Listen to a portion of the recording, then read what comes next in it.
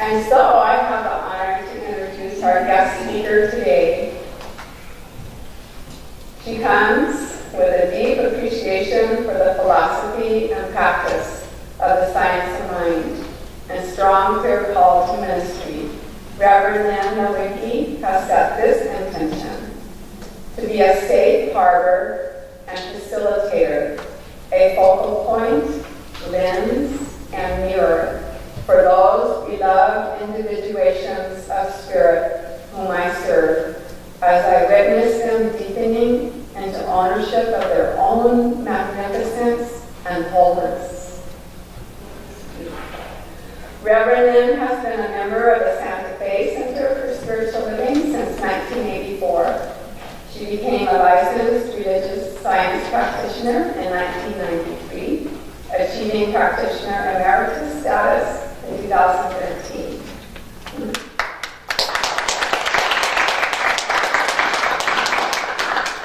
She graduated from Holmes Institute School of Spiritual Leadership with a certificate in consciousness studies this year, and will sit for her minister's licensing panels in 2 days on October 15th.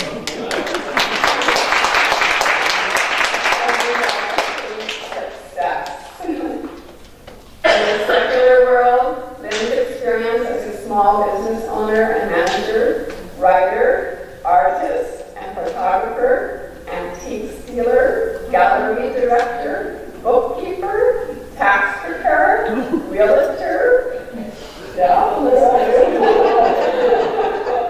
and property manager provide a wealth of practical skills she brings with her to any assignment. Indeed. Lin's paintings hang in homes and offices from Washington, D.C. to Hawaii, Japan, and Spain. And her short fiction and nonfiction have been published in periodicals as diverse as the Christian Science Monitor, St. Anthony Messenger, Mother Earth News, and Science and Mind magazine. Reverend Lin is the mother of 2 adult children and 3 adult grandchildren, enjoying life with her 2 4-legged babies, Murphy, mostly Lhasa Apso, and Ginger, miniature dachshund.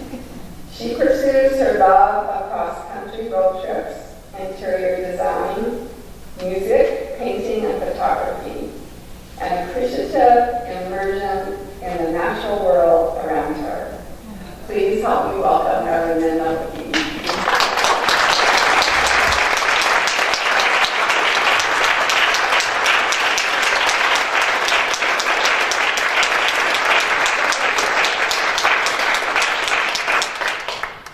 Didn't know you'd get the whole story on it.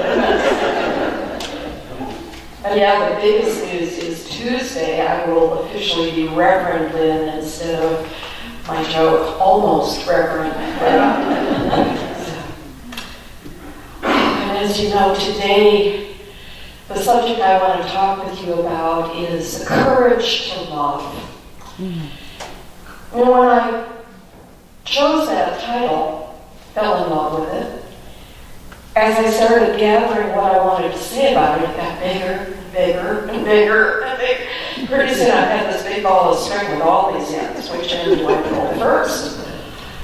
And the message came through that the place to start didn't at first even sound like the subject at hand, but it always is. And that is perhaps my favorite topic, and that is paradox. I personally am in love with paradox. And I find, well, my definition of it is that open space where opposites can hang out and rub shoulders, and it doesn't have to be one's right and one's wrong. It doesn't have to be either or. It can be both and. And I find that the deeper we go into any religious tradition, when we get down to the mystical heart of it, what we find at the root is paradox. Our own teaching has a couple of big, strong ones that reflect what Ernest Holmes found in all the world's teachings. And I also find that when I notice that not only am I experiencing paradox, but actually comfortable hanging out in it, not searching for the either or the or, but just being okay with the both and. I think of it as maybe this is as close as I can come to that space of the way spirit thinks about itself when it's being me. Paradox, and the two that are most central to science of mind. First big one is the one and the many. Okay? Got one God, one life, one unified unity, wholeness, allness. No separation, no edges, just all. But here we are as the many, all these individuations, all these unique expressions, bumping up against each other, playing. And that is a paradox. Because if you want to say what is God, what is spirit, what is any name you want to give it, the thing itself, to quote Uncle Ernie, here it is, the one and the many. Second paradox, which is very closely related to the first, is that here I am experiencing what I think I am a human being on the planet. And it feels like as a human I am reaching toward a spiritual experience. But I think we've all heard the statement that no, we are divine beings having a human experience. That's a paradox. In fact, I've taken a step further, and it's not all these divine beings, it's divinity. It's, once again, the one, the all, having a human experience. In fact, I like to think of it as spirit enjoying itself, getting to experience and express and explore and love being me. There's a wonderful Islamic hadith. A hadith is a quote, God speaking to Muhammad, but not saying put this in the Quran, just having a conversation. There's a lot of good ones.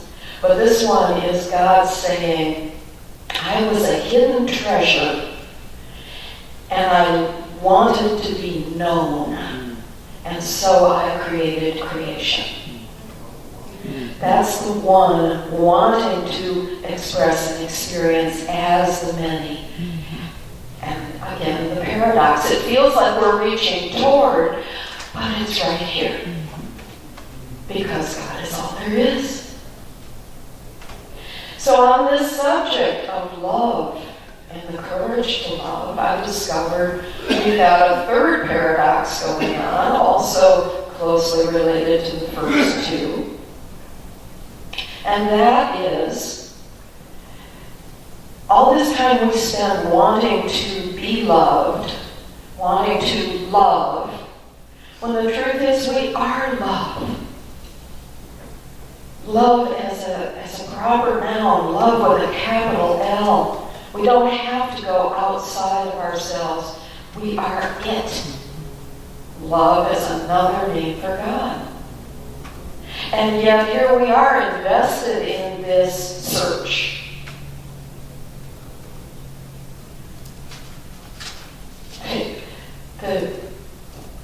There's a saying that I believe came out of Sufism.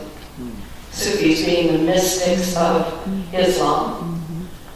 But it also might be Hindu, because the Hindu tradition has a really good balance of, yes, the one is all, Brahma, too big to talk about. And here's all these expressions of it as all these gods and goddesses and heroes and demigods and demons and the whole shoot match of individual expressions of the wholeness. But this story is of two scholars, spiritual spiritual seekers who were arguing whether to approach the divine as one or as the beloved, which is a reason to think it's Sufi, that search for the beloved that we hear in all the Rumi and Hafiz poems. And the guy that was arguing for the beloved said, you know what? I don't want to be sugar. I want to taste sugar. Okay? If I'm just being it, then it's stable and it's solid and there's no yearning. I want to yearn. I want to taste. I want to touch a beloved. So there's our paradox of love. We are love. And we want to express love and bring love into our lives. So then the question arises, why are we so scared of it? Why do we have to talk about the courage to love? Why do we have this catchphrase in our whole culture that's about the fear of intimacy? And we hear the word intimacy, and it's often given sexual connotations, and that's appropriate, but it's bigger than that. It is any closeness. It's any willingness to let down the walls and be with another, with ourselves. And just why are we afraid of that? Well, the first big one is the idea of loss.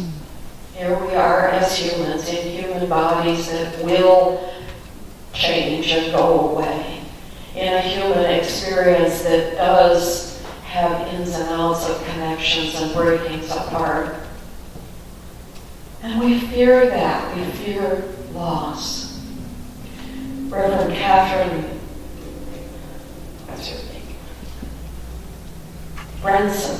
Catherine Brenson, tells a personal story from her own family of grandparents who, in all the years of their marriage, never had a cat because Grandma loved cats and Grandpa didn't. And when Grandpa died, Reverend Catherine and her sisters said, well, you know what? We could take Grandma to the animal shelter. We could find her a cat or a kitten because now she can have a cat in the house. And Grandma said no. And Grandma said no because, she said, it'll leave me, it'll die, it'll run away, and I will have loved it and then I'll lose it, and I cannot lose right now. I cannot contemplate loss right now. So Grandma lived alone and lonely for another 3 years until she made her own transition. And that to me is so sad, but so indicative of something we've all thought about, consciously or unconsciously. What if I lose?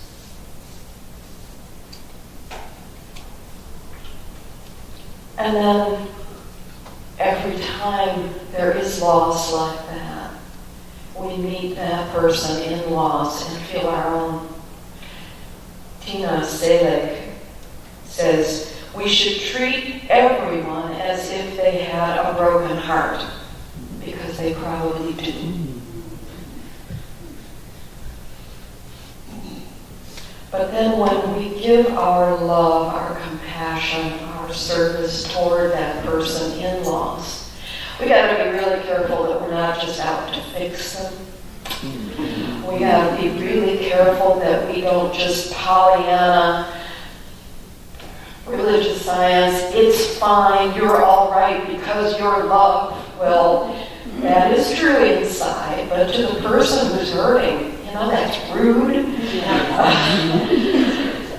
And often we're doing that primarily because their pain is making us uncomfortable, and we want them to get over it so that we can get back to a comfort level. So how about if we don't do that? Hema Chodron, no idea if I'm pronouncing that right, says, when we practice generating compassion, we can expect to experience the fear of our own pain. Compassion practice is daring. It involves learning to relax and allow ourselves to move gently toward what scares us. The trick to doing this is to stay with emotional distress without tightening into aversion, to let fear soften us rather than harden into resistance. That's being kind. That's practicing compassion. That's loving.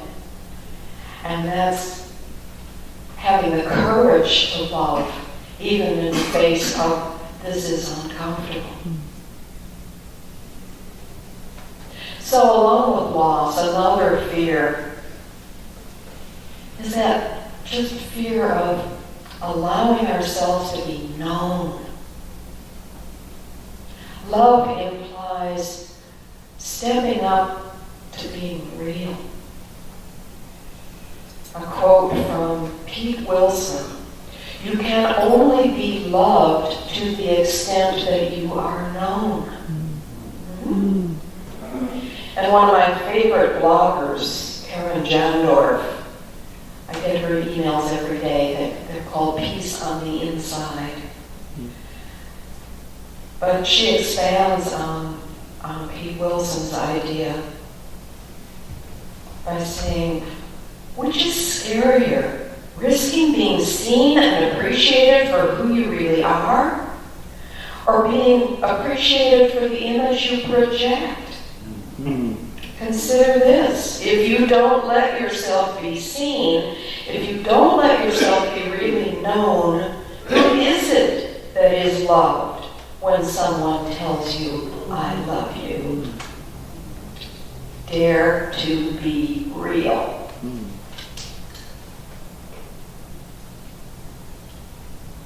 And within daring to be real for others, first we got to go with being real for ourselves. I don't know about you, but I have a lot of spots where if I notice that about myself, I go to judgment, I go to, boy, I wish I could just get that behavior out of my life. And I'm not saying we don't do the work to do that, to clean it up, to get in integrity. But we got to do it with kindness. If we do it from shame, from judgment, from beating ourselves up for, I should be better than this by now. Courage to love ourselves. Courage to be real for ourselves so that we can be real for someone else. And one of the ways we avoid that is projecting it out onto other people. The guy acting badly in traffic.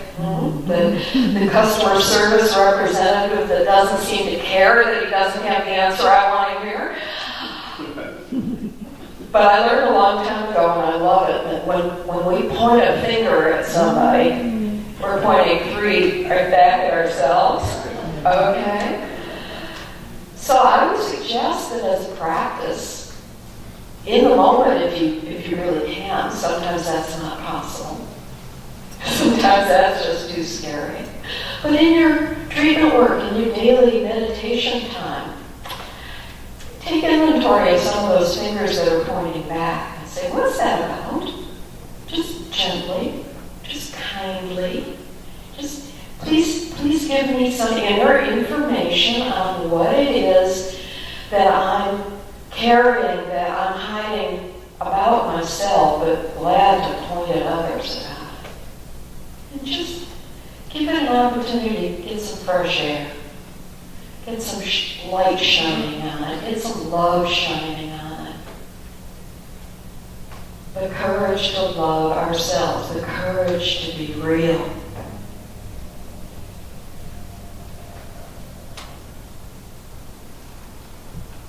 So loving Loving others, loving ourselves, loving spirit. For me, the loving spirit's easy. That's so ingrained. That's just God is good. Life is giving itself to me. I'm grateful. I love. God loves. Some folks, that's not so easy. This is why we choose all these different names for God. If the word God still pushes all your buttons of the mean guy judging you from a cloud, don't use that word. Find a word that fits, that feels good, that feels intentional, that feels like it loves you. Okay. But that love of spirit loving me, may notice spirit's my word at the moment. It changes over time, but that's my best word right now. Reverend Catherine Brunson again.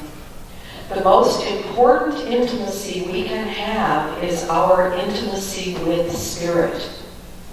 When we deeply understand and accept that we can never be separate from the source of all we are then free to enjoy our human relationships more completely.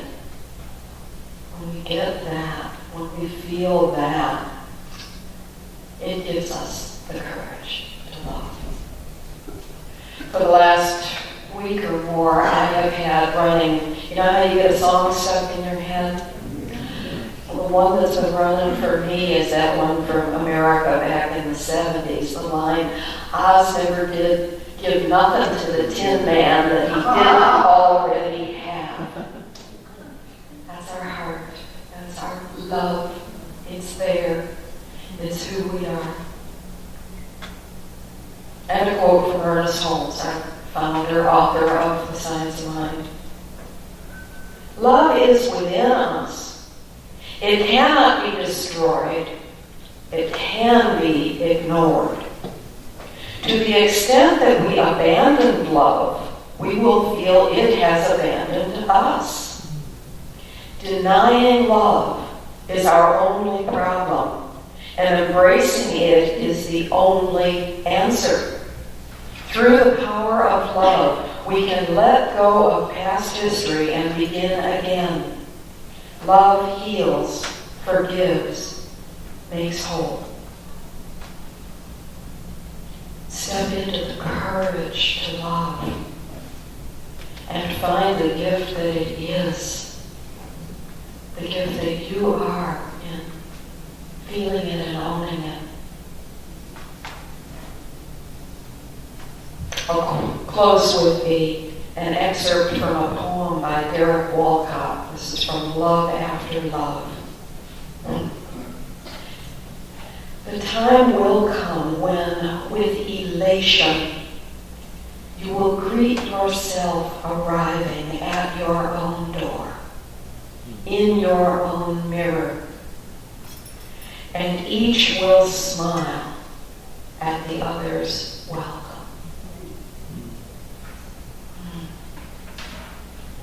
Feel that. Be that for yourself. That's the invitation. It's a challenge, but it's a good one. I claim that for us all now. And so let's move into treatment.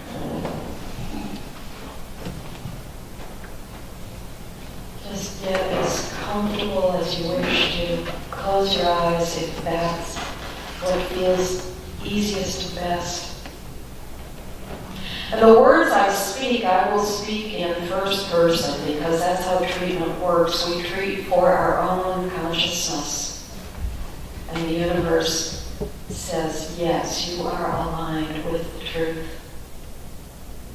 So if these words that I say I about work for you, take them as your own. I know there's only one life, one wholeness, one allness, one enoughness. We call it God, we call it Spirit, we call it Source or Life or Light. We give it so many names, and it answers to each and every one of them. And it says, yes, I am that, and I am so much more than we can know, more than we can name. And it is who we are. If there's only one life, then the wholeness of life has poured itself into this individuation of itself that is who I am. That is who each of us is. It's the truth of me, it's the truth of every person in this room, it's the truth of every person we hold in our hearts and our prayers right now. It's the only truth underneath it all.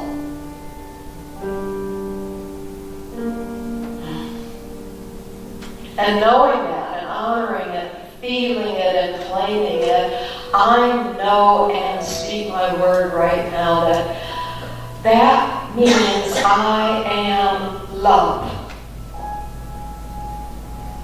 And from that inner beingness of love, love goes out into the rest of the world. Love comes back to me. The dance of life living itself with itself. The dance of love reflected in love. I speak my word right now for courage to own that, live that, be that. The courage to let go of any spots inside me that would have me step back, play it safe, close the door. I claim right now that I open the door, that I step over that threshold, that I live love. And I'm so grateful for how it feels to even say these words right now. The feeling inside me as I state this claim. And I'm grateful for all the expected and unexpected ways this truth shows up for me in my outer experience, in this moment, and the next moment, and the next. I am grateful. It is good. And in this gratitude, I let it go, and I let it be. And sing with me. And sing.